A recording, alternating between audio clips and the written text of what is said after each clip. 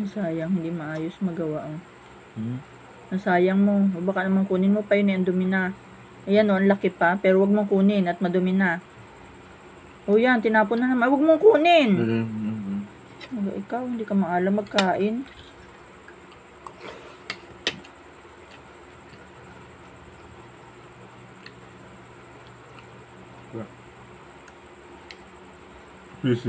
Sino?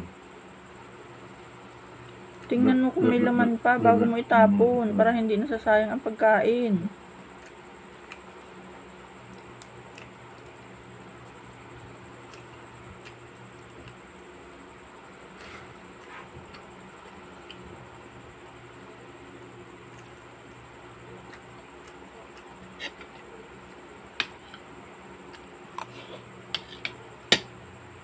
Ganun.